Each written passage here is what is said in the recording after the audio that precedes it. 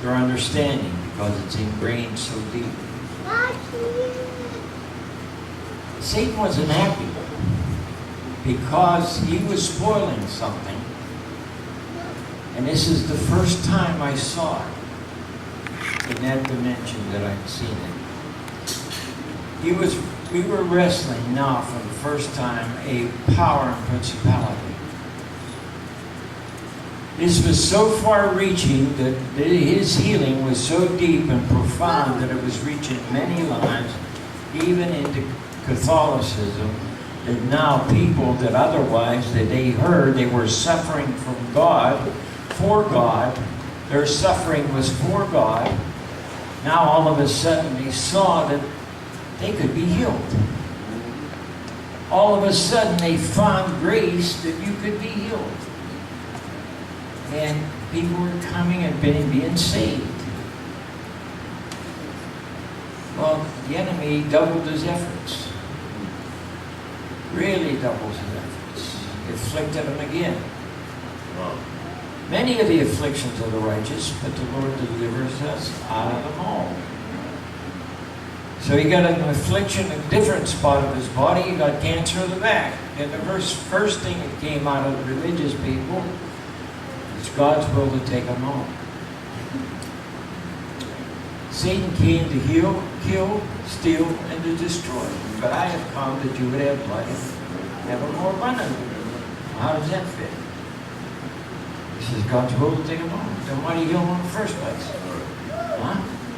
I said my word in them. We saw the effects of that. But this time, we saw a greater force hitting him the second time even than the first time.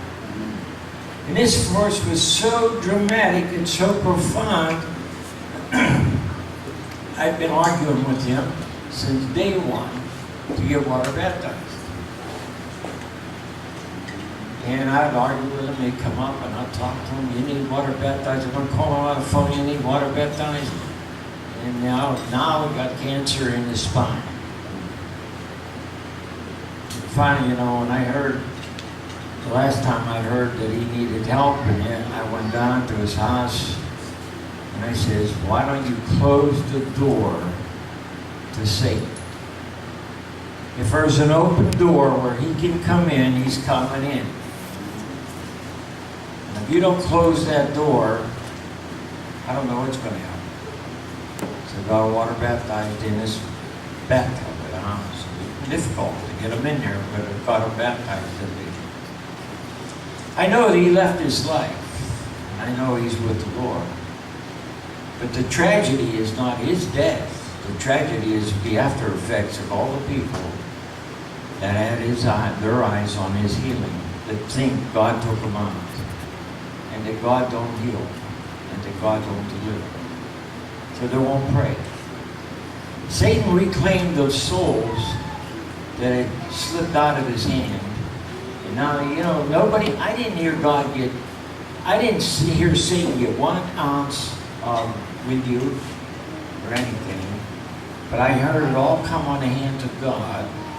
It was God's will to take him home. I was at the funeral, and a brother came in from Atlanta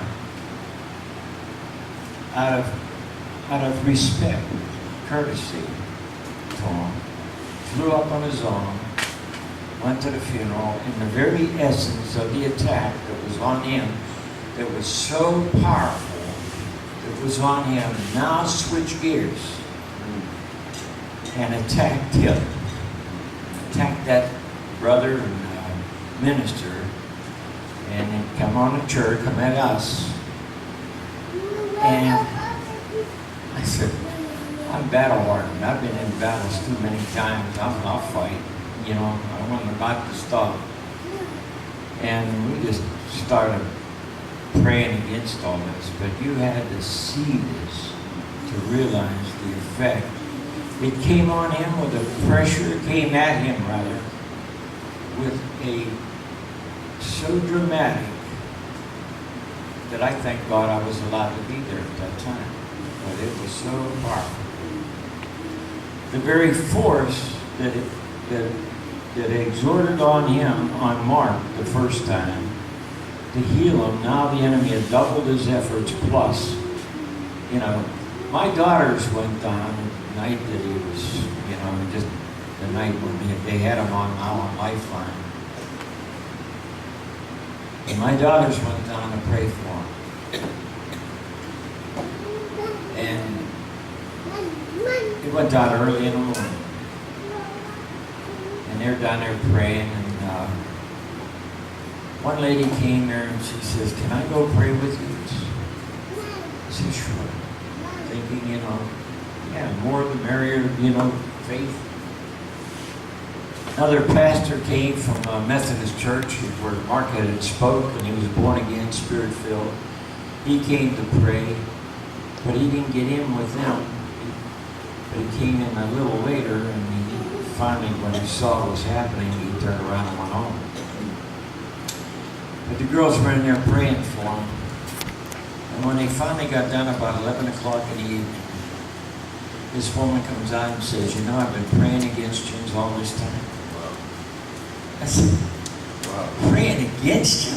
Why? My God, what's the matter with you?" Praying against you. Remember when the Lord prayed, he said he had to put the unbelievers out because he could do no great thing because what? They're unbelievers. Here you got somebody in there shooting down your prayers. Huh?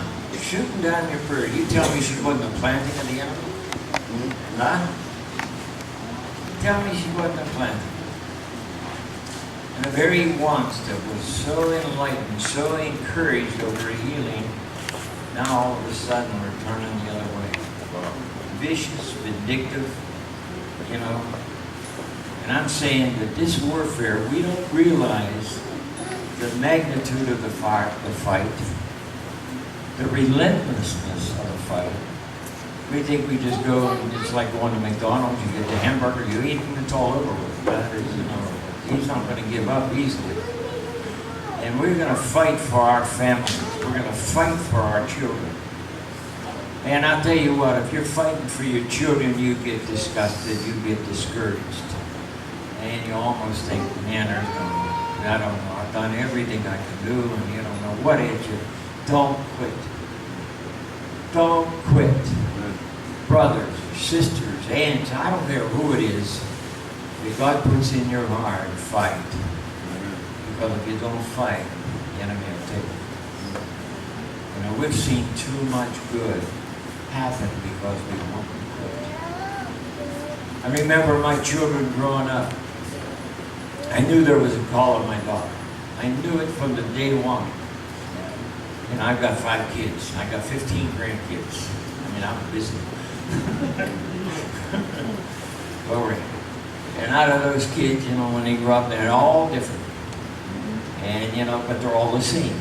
You know, and there's all, and they see a little bit of me in them, and see a little bit of their mother, and, you know, anybody that's been grown up in this world, and none of you grew up in a laboratory, so you know what I mean.